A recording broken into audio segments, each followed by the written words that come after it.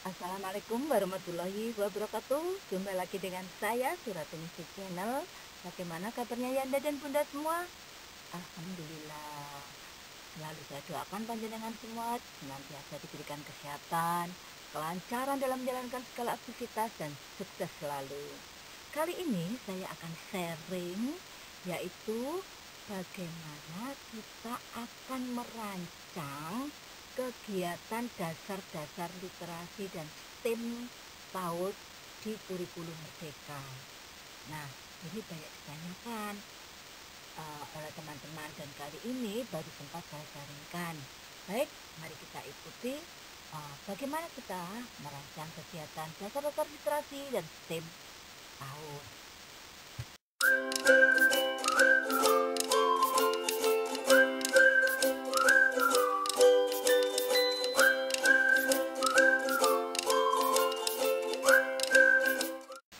Baik Yanda dan Bunda, sebelum kita merancang kegiatannya, yang perlu kita ketahui, kita harus paham apa itu literasi. Secara sederhananya, literasi itu adalah kemampuan membaca menulis. Tapi sebetulnya literasi itu tidak hanya terbatas pada kemampuan membaca dan menulis saja, tetapi juga dikaitkan dengan kemampuan berbicara, berhitung, memecahkan masalah yang diperlukan dalam kehidupan sehari-hari. Bagaimana anak dapat memahami dan menggunakan potensi kemampuan dirinya. Dan jenis literasi saat ini juga berkembang sehingga dikenal berbagai jenis literasi, antara lain literasi dasar, literasi digital, literasi media, literasi perpustakaan, dan literasi visual. Lalu apa Bunda yang dimaksud dengan literasi dasar, digital, media, perpustakaan, dan visual? Next time kita akan bahas satu persatu ya. Tapi untuk pokok bahasan kali ini adalah literasi dasar dan STEM, kita implementasikan dalam kegiatan sehari-hari di kurikulum Merdeka. Lalu pertanyaan selanjutnya, bagaimana literasi pada anak usia dini itu? Nah, literasi pada anak usia dini sangat terkait dengan perkembangan kemampuan berbahasa anak sesuai usianya, sebagai kemampuan anak dalam memahami bahasa reseptif dan menyampaikan bahasa ekspresif. Jadi kemampuan anak mendengarkan dan menyampaikan ya, serta keaksaraan awal yang saling terkait. Kemampuan memahami bahasa pada anak usia 5-6 tahun, di sini saya fokuskan ke fase fondasi, yaitu anak-anak kelompok B, yaitu antara lain anak dapat memahami beberapa perintah secara bersamaan. Contohnya, ambilkan Bunda penghapus dan penggaris. Jadi ada dua perintah di sini tapi disampaikan secara bersamaan. Kemudian mengulang kalimat yang lebih kompleks, memahami aturan, dan menghargai bacaan, memberi respon dengan ekspresi dan bahasa tubuh. Misalnya ya, ketika anak-anak terkejut itu kita dapat melihat bagaimana ekspresinya dia dan bahasa tubuh yang ditampilkan. Kemudian menjawab pertanyaan yang lebih kompleks, berkomunikasi secara lesan, berbicara dengan kalimat sederhana dan dalam struktur lengkap, ada subjeknya, ada predikatnya, ada objeknya. Misalnya pagi-pagi, Bunda, aku tadi diantar ayah. Nah, di sini dia sudah ada subjek, ada predikat, ada objek. Subjeknya adalah aku, diantar predikat, ayah adalah objeknya. Menyampaikan pikiran dan perasaan secara lisan, melanjutkan cerita yang sudah didengarkan.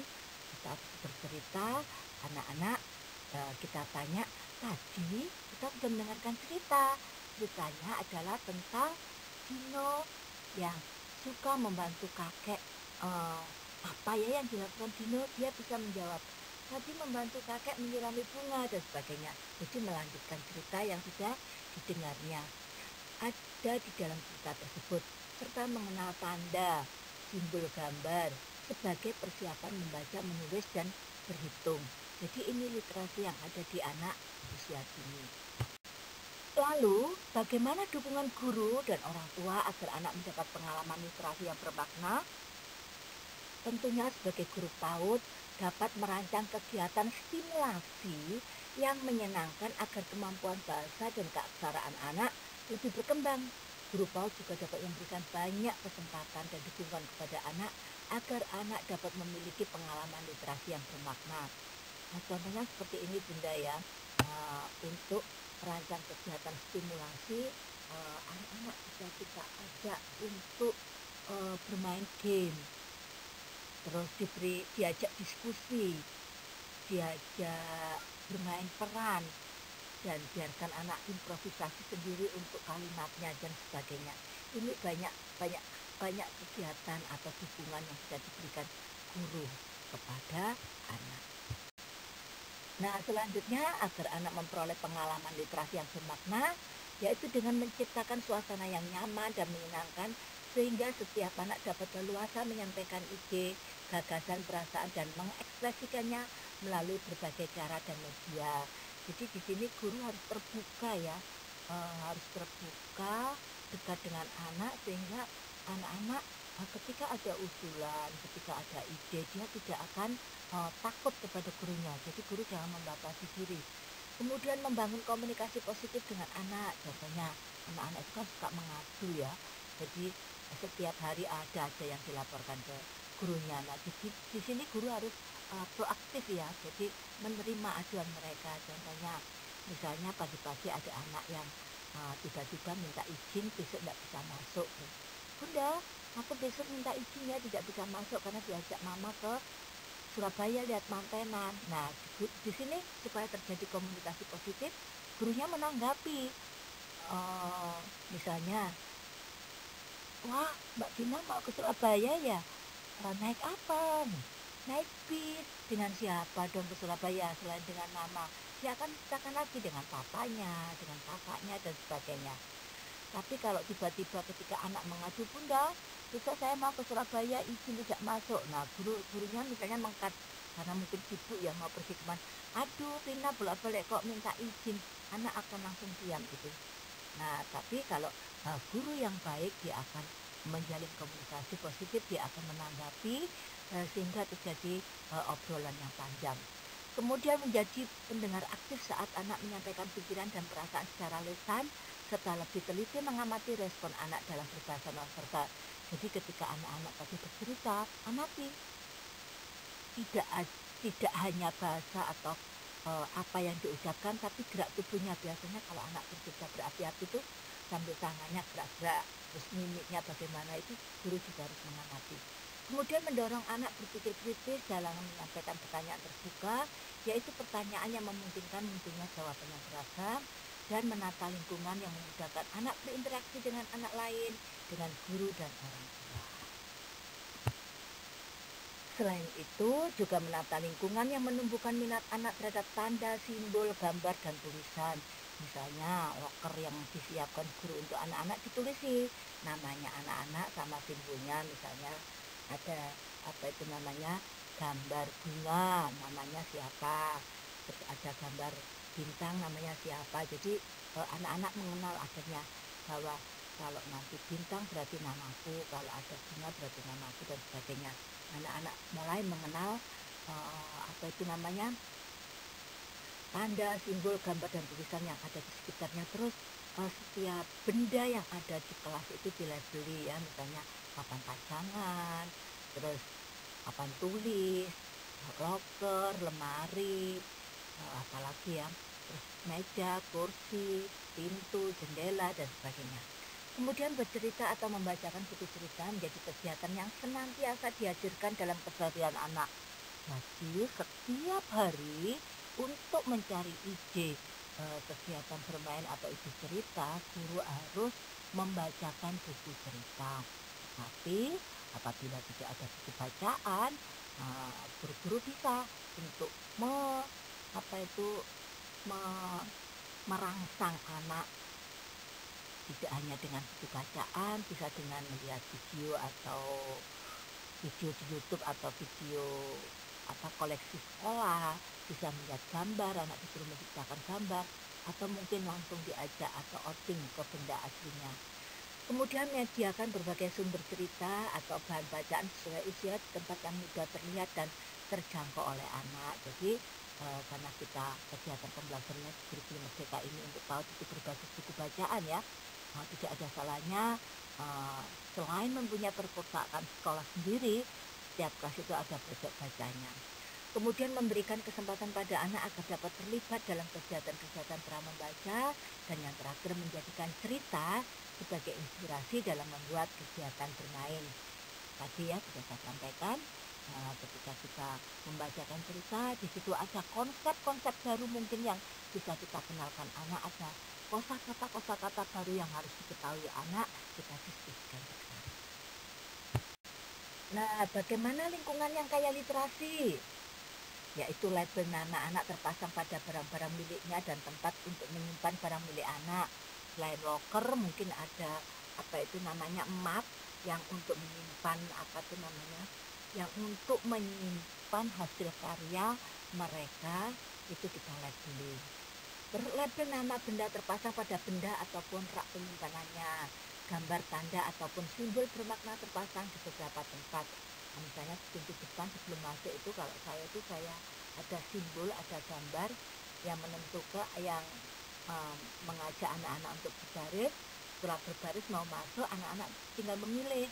Nah, memilih hati, nanti dipeluk bu guru, memilih salim, berarti nanti memberi salam bu guru, kalau tos, dan seperti itu ada.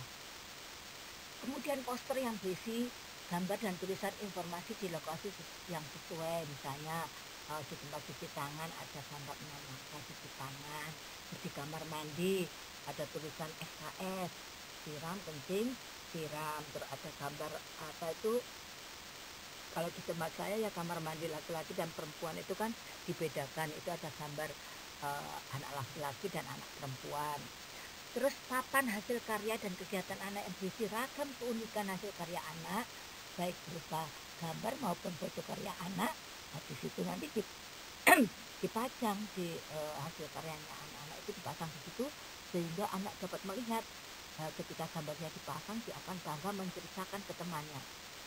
Lihat ini punyaku kemarin nih loh, punyamu kok nggak ada, oh aku kemarin nggak masuk, misalnya seperti itu. Ada akhirnya akan timbul percakapan atau komunikasi interaksi antara satu teman dengan teman lainnya. Terus pojok baca yang berisi ragam buku bacaan sesuai usia anak, kemudian media audio visual yang sesuai usia anak seperti lagu, musik, dan video.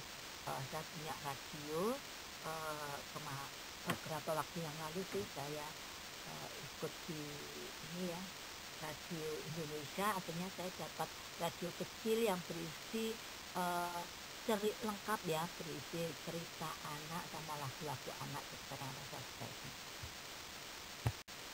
Oke ya bunda, itu tadi bagaimana kita merangsang dasar-dasar literasi anak. Sekarang kita ke STEM. Apa sih itu, apa atau itu STEM? Yaitu akronim atau singkatan dari Sains, Teknologi, Engineering, Art, and Matematika, atau Sains, Teknologi, Rekayasa, Seni, dan Matematika, di mana STEM ini mengintegrasikan kelima disiplin ilmu tersebut untuk menjawab permasalahan yang dihadapi anak. Jadi itu ya STEM itu ya. Kalau di kurikulum merdeka pertama dulu yang baru muncul di DP-nya itu kan dasar-dasar literasi dan STEM, tapi kemudian di tahun 2022 sudah berubah menjadi dasar-dasar literasi, sains, teknologi, rekayasa, seni, dan matematika, sudah bahasa Indonesiakan. Sains sebagai pengetahuan yang diperoleh melalui hasil pengamatan dan eksperimen, membantu memahami alam serta apa yang terjadi di alam secara ilmiah. Di sini sains itu ada 3. Sains fisik yaitu berkaitan dengan benda-benda yang tak hidup atau benda mati. Terus sains kehidupan tentunya berkaitan dengan makhluk hidup, ada tanaman, ada binatang, ada manusia. Terus sains bumi dan antariksa yaitu yang bicara tentang bumi dan aspek-aspek yang mendukung seperti air, udara, batu, tanah, dan bencana alam. Lalu kalau matematika itu yang bagaimana? Matematika adalah seperti operasi bilangan, penjumlahan, pengurangan sederhana, terus pola, bentuk geometri, konsep pengukuran, misalnya anak-anak diajak mengukur dengan uh, langkah kaki. Misalnya kemarin ya anak-anak ketika uh, saya kenalkan tentang beras, yaitu ketika membantu orang tuanya, yaitu anak-anak saya suruh mengukur. Jadi beras itu diukur dengan gelas, ada berapa gelas, itu 1 kilo itu ada berapa gelas, terus mama mau masak berapa gelas. Nah, lalu dibantu untuk mencuci beras dan sebagainya, seperti itu ukuran sederhana ya. Kemudian konsep pengolahan data membantu dalam proses mengamati, eksperimen, atau melihat fakta-fakta lain. Nah, di sini saya bantu yaitu konsep matematika yang dapat dikenalkan pada jenjang PAUD, diantaranya konsep bilangan, yaitu mengenal simbol bilangan dan memahami makna dari bilangan. Jadi dia harus tahu ya, satu itu bendanya ya satu, kalau dua itu bendanya ada dua, jadi seperti itu.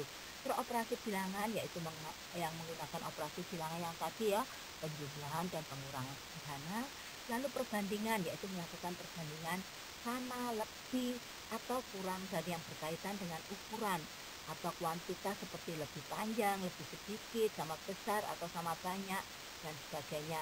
Terus mengenal mengurutkan benda misalnya dari yang kecil sampai besar, itu termasuk di perbandingan ya.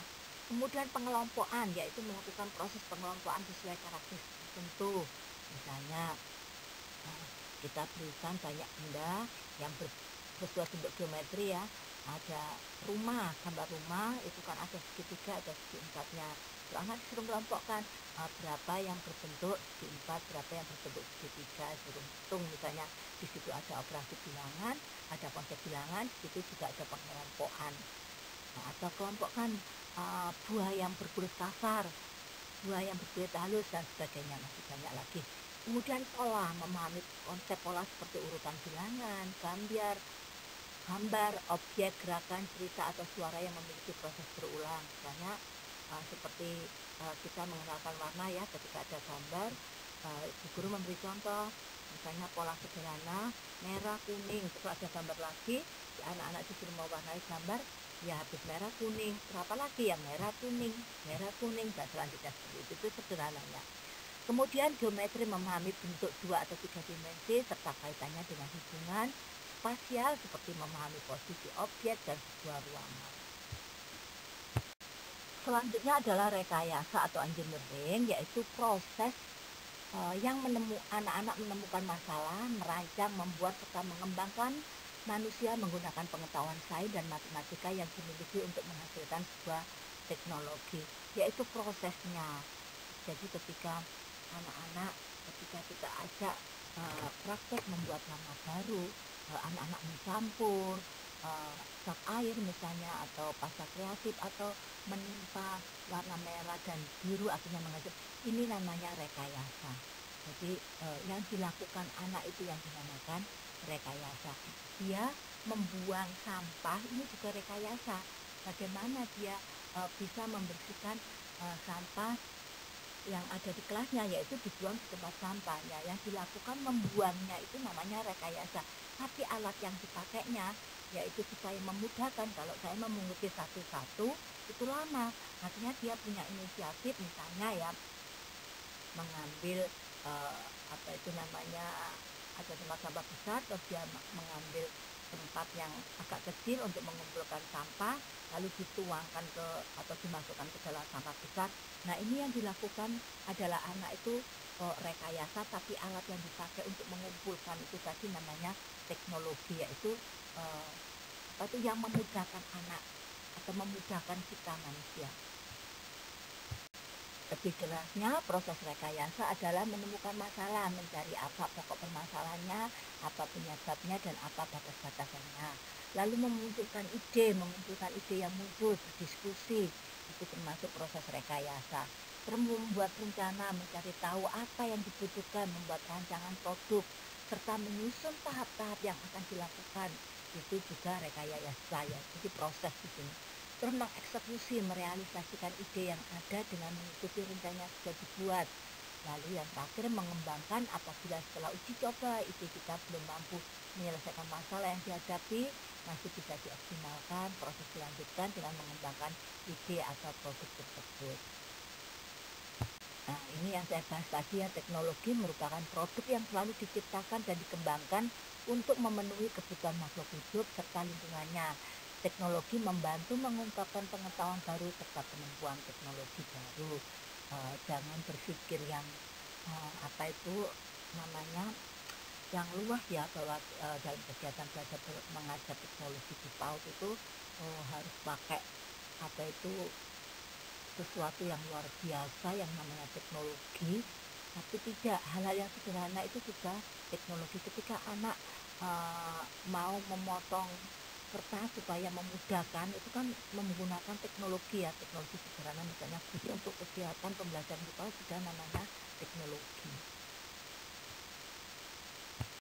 Nah, di sini interaksi anak usia dini dengan teknologi di sekitarnya dapat dikembangkan melalui kegiatan sebagai berikut, misalnya mengenalkan teknologi sederhana yang mereka gunakan seperti pensil, kertas, sendok, piring, dan lain-lain. Nah, kok sendok pun? Iya, sendok, piring itu kan alat yang memudahkan kita untuk kegiatan makan. Jadi seperti itu ya, itu semua alat yang kita gunakan untuk memudahkan kita melakukan sesuatu itu yang dinamakan teknologi. Lalu kita kenalkan untuk anak TK ya, fungsi teknologi dengan baik. Misalnya pensil itu fungsinya untuk apa ya? Untuk menulis, bukan untuk digigit-gigit, bukan untuk dilempar. Karena nanti kalau anak-anak melempar pensil kena temannya akan sakit. Jadi kita kita sampaikan di situ bahwa fungsinya itu untuk apa, gunanya alat yang kalian pegang itu untuk apa. Jadi anak-anak dapat memanfaatkan atau memfungsikan alat-alat yang dia gunakan dengan benar. Terus mengenalkan konsep sains dan matematika pada teknologi seperti pengaruh bahan, bentuk, dan ukuran terhadap fungsi teknologi tersebut ya. Misalnya contohnya, kalau kita mau apa itu me- apa itu mengisi air ke dalam botol supaya lebih mudah, kita gunakan corong sama alat yang ngambil misalnya gelas atau gayung dan sebagainya seperti itu. Kemudian mengajarkan cara menggunakan teknologi dengan baik dan bertanggung jawab. Seperti tadi ya, pensil itu untuk menulis, bukan untuk dibuat lempar-lemparan, bukan untuk digigit-gigit, itu kita sampaikan. Nah, yang terakhir seni. Seni berperan dalam membantu manusia mampu mengekspresikan imajinasi dan kreativitas yang dimiliki sehingga tersedia ruang eksplorasi yang luas dalam mencari solusi terhadap masalah yang dihadapi. Sedangkan bentuk seni yang dapat dilibatkan dan teramati pada jenjang PAUD diantaranya adalah seni rupa, mengekspresikan imajinasi dan kreativitas melalui karya seperti gambar, lukisan, bentuk kerajinan tangan, patung, atau benda apapun hasil kreasi anak. Kemudian di sini termasuk kolase ya, kolase nanti masuk di sini, painting masuk di seni rupa.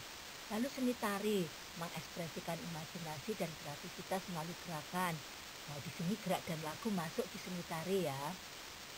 Kemudian seni musik mengekspresikan imajinasi dan kreativitas melalui bunyi berirama atau tidak berirama seperti alat musik perkusi, dan anak-anak menyanyikan lagu tanpa iringan musik atau bermain tepuk atau nyanyi sambil bertepuk tangan. Ini masuk di seni musik. Kemudian seni drama di sini tentunya adalah role play atau anak-anak bermain peran. Nah, sekarang contoh pengintegrasian sistem yang menghasilkan sebuah solusi. Kita ambil contoh alat tulis atau pensil. Sainnya di mana? Yaitu alat tulis itu berperan pada proses memahami konsep kekuatan, material, sifat bahan, bentuk alat tulis yang nyaman dan berat yang sesuai. Ini sainnya. Sedangkan matematika yaitu anak dari pensil itu bisa belajar ukuran panjang pendeknya ya. Jadi kalau belum dipakai itu panjang, kalau sudah bolak-balik diorot itu jadi pendek dan seperti itu. Teknologi berperan pada proses memahami bahan apa yang paling bagus sebagai bahan alat tulis dan bentuk seperti apa yang lebih nyaman. Nah, rekayasanya berperan sebagai proses membuat atau mengembangkan alat tulis tersebut. Kemudian seninya berperan dalam proses pembuatan, menuangkan imajinasi dalam kreativitasnya. Jadi pensil itu bisa dibuat untuk menggambar atau untuk menulis indah dan sebagainya. Nah, secara tadi sudah saya breakdown ya dari sains, teknologi, rekayasa, art, seni, dan matematika masing-masing kegiatannya itu bagaimana. Sekarang secara keseluruhan bagaimana STEM pada anak usia dini. STEM sangat dekat dengan dunia anak. Saat beraktivitas sehari-hari, anak sering berhadapan pada kondisi atau masalah yang mendorong mereka untuk berpikir STEM. Contohnya saat anak bermain di luar rumah bersama temannya, ini contoh ya. Saat melakukan aktivitas ini, anak mengamati benda alam di sekitarnya, perubahan bentuk dan warna saat mencampur beberapa bahan. Ini secara tidak langsung anak itu sudah belajar sains. Misalnya anak mengamati bunga. Bunganya kok tidak sama ya antara bunga mawar dengan bunga melati. Satunya warna merah, satunya warna putih, satunya agak besar kelopaknya, satunya kecil. Ini sebetulnya anak-anak sudah belajar sains secara tidak langsung. Kemudian memahami konsep lebih banyak dan lebih sedikit, konsep bentuk dua dimensi. Misalnya contohnya, wah masih di taman ya, bunga mawar ini apa itu namanya, dia hanya berkembang dua, tapi melati itu merumpun lebih banyak. Jadi dia sudah tahu bahwa uh, secara tidak langsung dia itu sudah mengenal bilangan lebih sedikit dan lebih banyak. Terus bunga melati tadi lebih kecil bentuknya ya. Kalau bunga mawar apa itu namanya, kelopaknya lebih besar. Itu sudah matematika dia sebetulnya, yaitu mengenal besar dan kecil. Kemudian menggunakan teknologi untuk menampung air dan tanah, menggunakan air tertentu untuk mengaduk. Contohnya ketika dia akan menanam bunga, dia akan mencampur media tanam karena dia akan menanam bunga mawar misalnya, atau melati, atau bunga lainnya lah, atau tanaman lainnya. Dia akan melakukan kegiatan mencampur tanah, media, pupuk, dimasukkan dalam polybag, lalu dikasih air, baru dikasih bibit dulu, apa itu benih cabai atau benih tomat kalau memang benih ya. Kalau memang bunga yang sudah tekan itu ditancapkan, kemudian disiram air dan sebagainya. Ini yang dilakukan anak-anak itu, alat yang dipakai mengaduk, polybag, bermedia tanam, itu namanya teknologi. Tapi proses dia mencampur media tanam dengan pupuk, terus dikasih air, itu namanya rekayasa. Itu anak-anak sudah belajar. Serta membentuk tanah menjadi bentuk tertentu dan membuat tanah tertentu dari proses mencampur bahan. Contohnya seperti ini, anak-anak diajak karena masih di taman ya, masih di kebun, anak-anak sama guru diajak, selain kita mempunyai pot yang dari plastik, kita juga bisa loh membuat pot bunga dari tanah liat yang ada di depan kalian. Yuk kita membuat, jadi tanah liat tadi dikepal-kepal terus dibentuk pas bunga kecil seperti itu namanya seni. Jadi dalam satu kegiatan itu sebetulnya anak-anak ketika gurunya kreatif ya, itu bisa langsung 5 disiplin ilmu ini masuk ke dalam kegiatan yang sudah dirancang guru, baik itu sainsnya, matematikanya, teknologinya, rekayasa, ataupun seni. Ini contoh sederhana. Nah sekarang keterkaitan literasi dan STEM, tadi literasi kita bahas sendiri, STEM kita bahas sendiri. Sekarang kita kaitkan, kita gabungkan literasi dan STEM untuk pendidikan anak usia dini. Apa yang diperlukan guru untuk menghadirkan kegiatan yang bermuatan langsung literasi dan STEM? Yaitu satu, guru merancang kegiatan yang sesuai dengan kebutuhan anak dan berkonteks budaya lokal. Dua, mempersiapkan kegiatan dengan memperkaya lingkungan bermain dengan material yang beragam. Berarti lospak ya kalau material yang beragam. Kemudian memfasilitasi anak melalui pertanyaan-pertanyaan yang menumbuhkan rasa ingin tahu, kemampuan berpikir kritis, serta keinginan untuk bereksplorasi dan eksperimen. Yang terakhir, 4, melakukan evaluasi terhadap perkembangan anak serta kegiatan yang sudah dilakukan. Ini yang harus dilakukan guru supaya dapat menghadirkan kegiatan yang bermuatan literasi dan STEM. Nah, di sini saya memberi contoh bagaimana kita menyusun redaksi tujuan pembelajaran untuk capaian pembelajaran dasar literasi dan STEM. Ini saya buat contoh 9 ya, contohnya seperti ini. Anak menunjukkan kemampuan mengenali dan memahami berbagai informasi seperti gambar, tanda, simbol, dan cerita. Anak mampu mengkomunikasikan pikiran dan perasaan secara lisan, tulisan, atau menggunakan berbagai media serta membangun percakapan. Anak menunjukkan minat dan berpartisipasi dalam kegiatan pramuka. Anak menunjukkan rasa ingin tahu melalui observasi, eksplorasi, dan eksperimen. Ini sengaja saya kasih tanda merah karena nanti akan saya kembangkan untuk bagaimana kita merancang kegiatan yang redaksinya dari tujuan pembelajaran berbunyi anak menunjukkan rasa ingin tahu melalui observasi, eksplorasi, dan eksperimen. Kemudian anak mengenal dan mengembangkan sikap peduli dan tanggung jawab dalam pemeliharaan alam, lingkungan fisik dan sosial. Anak menunjukkan kemampuan awal menggunakan dan merancang teknologi secara aman dan bertanggung jawab. Anak menunjukkan kemampuan dasar berpikir kritis, kreatif, dan kolaboratif.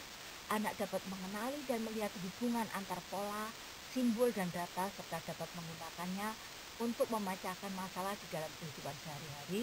Anak mengeksplorasi berbagai proses seni, mengekspresikannya, serta mengapresiasi karya seni. Ini contoh redaksi tujuan pembelajaran di CP, Dasar Literasi dan STEM. Nah, sekarang saya akan mengulik anak menunjukkan rasa ingin tahu melalui observasi, eksplorasi, dan eksperimen itu yang bagaimana ya. Nah, ini menunjukkan rasa ingin tahu melalui observasi, eksplorasi, dan eksperimen. Nah, ketika anak mengobservasi objek atau lingkungan sekitar, di sini anak mendapatkan informasi seperti bentuk, warna, aroma, atau bau ya, bunyi, tekstur, kasar halus, dan rasa saat melakukan observasi menggunakan 5 indera yang dimiliki, yaitu ada mata, hidung, telinga, kulit, dan lidah, dengan melihat, mencium, mendengar, meraba, dan mengecap. Nah, ini anak ketika mengobservasi objek atau lingkungan sekitar. Kemudian ketika anak mengeksplorasi objek atau lingkungan sekitarnya, yaitu dengan anak mendapatkan informasi tentang sebuah objek atau lingkungannya melalui kegiatan gerakan manipulasi seperti menumpuk, membanting, meremas, melempar, dan lain-lain. Ini anak-anak mengeksplor namanya. Kemudian anak melakukan uji coba dengan berbagai cara, yaitu ketika atau eksperimen ya, melakukan uji coba dengan berbagai cara itu eksperimen, yaitu saat anak memiliki rasa ingin tahu terhadap satu hal, anak akan bereksplorasi dengan memprediksi terlebih dahulu apa yang akan terjadi. Selanjutnya anak akan menguji prediksinya dengan melakukan uji coba berulang kali dengan berbagai cara lalu mengamati hasilnya. Jadi yang dimaksud dengan observasi itu seperti ini, eksplorasi, eksperimen, atau melakukan uji coba. Nah, bagaimana Bunda pengembangan rencana kegiatan pembelajarannya, baik itu RPPM atau RPPH atau modul ajar, monggo silahkan ya. Nah, yang harus diperhatikan dalam mengembangkan rencana kegiatan pembelajaran di sini, yaitu guru mengembangkan kegiatan mingguan atau harian dapat dilakukan dengan melihat tujuan pembelajaran tadi, ya yang saya kasih contoh 9 tadi ya, yang kemudian dibuat ke dalam tujuan kegiatan sesuai dengan kebutuhan konteks kelas dan usia perkembangan anak. Konteks kelas adalah gambaran umum anak didik yang meliputi usia dan latar belakang perkembangan anak secara umum dan minat anak. Apabila mengacu kepada hal tersebut, kemungkinan akan muncul tujuan kegiatan yang berbeda-beda pada setiap kelas. Sudah saya sampaikan berulang kali ya, kepanjangan semua, walaupun di kelas saya paralel ada B1, B2, B3, kemungkinan besar kegiatan pembelajaran yang saya rancang di B1 akan beda dengan B2, akan beda dengan B3. Walaupun topiknya sama, kegiatannya tidak sama yang kami rancang. Ya ada beberapa yang ketika proyek itu kita sama ya. Tapi untuk kegiatan intrakurikuler, karena dari masing-masing kelas tadi mempunyai karakteristik, jadi guru tersebut juga di data negeri pembina ya, khususnya di data saya, itu ketika merancang itu tidak sama. Kelas saya B1 dengan B2 ataupun B3.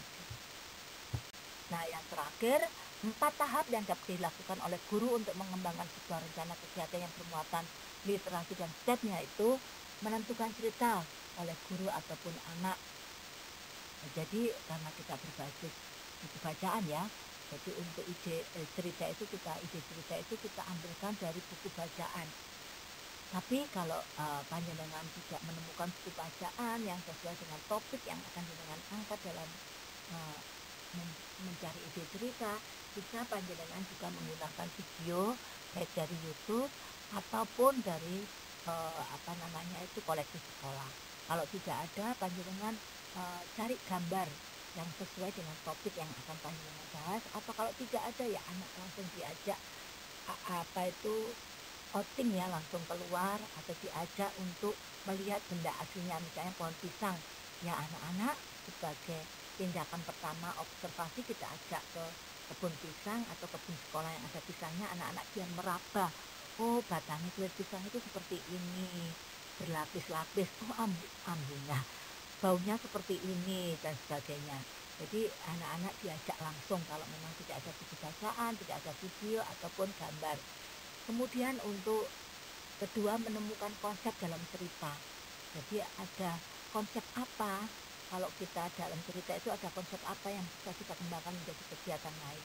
Kalau tidak ada di buku cerita, nanti ketika kita melihat video juga konsep apa yang bisa kita tangkap. Kalau melihat gambar ya, dalam gambar itu konsep apa yang bisa kita kembangkan ke kegiatan lain. Kalau tidak ada gambar tadi bendanya langsung, jadi anak-anak melihat langsung apa itu batang pisang, terus anak-anak meraba, mencium, terus melihatnya ya, itu konsep apa yang bisa kita kembangkan untuk pohon pisang. Misalnya memanfaatkan pelepahnya, misalnya memanfaatkan batang pisangnya, atau mungkin anak-anak mengenal bagian-bagian dari pohon pisang dan sebagainya. Kemudian membuat rencana kegiatan yang berdasarkan peta konsep. Ya tadi dari buku cerita konsep apa yang kita temukan, atau di video tadi konsep apa yang kita temukan, atau di gambar atau benda aslinya tadi yang kita temukan, kita buat peta konsep dan terkait dengan literasi dan STEM. Jadi di situ misalnya anak mengenal bagian-bagian dari apa itu pohon pisang, mulai dari akar sampai buahnya. Di sini anak-anak misalnya diajak menulis atau membuat tulisan pisang dari plastisin, atau dari apa itu benik atau kancing baju atau kerikil yang disusun menjadi pisang, itu sudah literasinya. Misalnya anak mengenal bagian-bagiannya, itu stemnya, sainnya sudah masuk sebetulnya. Terus ketika anak-anak kita ajak memanfaatkan pelepah pisang atau batang pisang untuk kita membuat sesuatu karya seni, misalnya membuat apa itu namanya tembak-tembakan, atau membuat mobil-mobilan dan sebagainya, kita gunakan pisau atau apa itu namanya, kita sudah menggunakan teknologi. Dan proses ketika anak menyusun atau membuat tadi, itu namanya rekayasa. Jadi seperti itu Bunda dan Yanda semuanya yang bisa saya sampaikan ke panjenengan untuk bagaimana kita mengenal dan merancang kegiatan dasar-dasar literasi dan STEM untuk anak usia dini. Maaf, ini ada yang kelupaan, yaitu saya tambahkan bagaimana cara guru melakukan asesmen terkait CP dasar literasi dan STEM, yaitu proses asesmen melakukan pengamatan terhadap anak, yaitu kita observasi tadi ya, kita lihat, lalu mengolah hasil pengamatan ke dalam bentuk dokumentasi anak. Karena observasi atau hasil amatan itu kan ada, kita gunakan checklist, mungkin ketika anak-anak menggunakan ketika proses membuat tadi ya, kita pakai foto berseri, atau ketika anak membuat sudah jadi produknya, mobil-mobilan itu hasil karya dan sebagainya. Teknik penilaiannya itu yang kita yang memilih yang sesuai dengan saat anak-anak melakukan kegiatan tersebut itu apa. Kemudian kita identifikasi capaian pembelajaran anak terkait literasi dan STEM berdasarkan dokumentasi anak. Jadi ketika misalnya hasil karya anak, anak-anak membuat mobil-mobilan ya, kira-kira yang muncul itu di CP dasar literasi dan STEM itu apa, seperti itu. Kita buat refleksinya, lalu kita buat umpan baliknya. Kemudian mengevaluasi proses pembelajaran dari hasil capaian anak dan pengembangan kegiatan lanjutan. Jadi ketika anak-anak selesai membuat itu, kita tanyakan refleksinya, bagaimana anak-anak hari ini kita sudah mengenal pohon pisang, kita juga sudah manfaatkan batang pisang tadi, pelepah pisang tadi menjadi mainan yang bagus ya kalian bisa membuat dan kita mainkan dengan seru. Kira-kira anak-anak suka tidak? Suka Bunda? Kalau suka, besok kita akan bermain lagi ya tentang apa ya yang berhubungan dengan pisang. Misalnya tadi kita sudah memanfaatkan batangnya dan atau pelepahnya. Bagaimana kalau kita memanfaatkan besok yaitu buahnya? Kita buat apa ya besok buah pisang seperti itu? Itu dari guru ya, dari guru yang menerangkannya. Baik Yana dan Bunda, itu semua sudah saya sampaikan mulai bagaimana kita mengenal dasar literasi itu, bagaimana kegiatannya itu apa. Lalu STEM itu kita sudah saya breakdown satu persatu mulai dari apa itu namanya sainsnya, teknologinya, rekayasanya, art atau seninya, matematika kegiatannya itu yang bagaimana. Lalu kita integrasikan, lalu kita buat dalam RPP, lalu kita buat assessment. Sudah saya jelaskan dengan gamblang.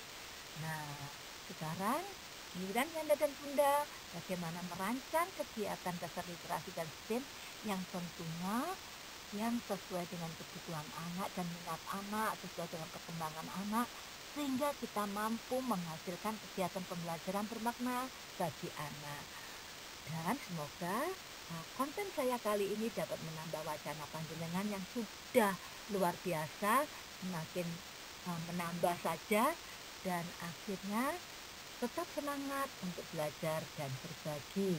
Dan apabila konten saya ini bermanfaat, saya selalu berpesan share, bagi, karena berbagi itu indah.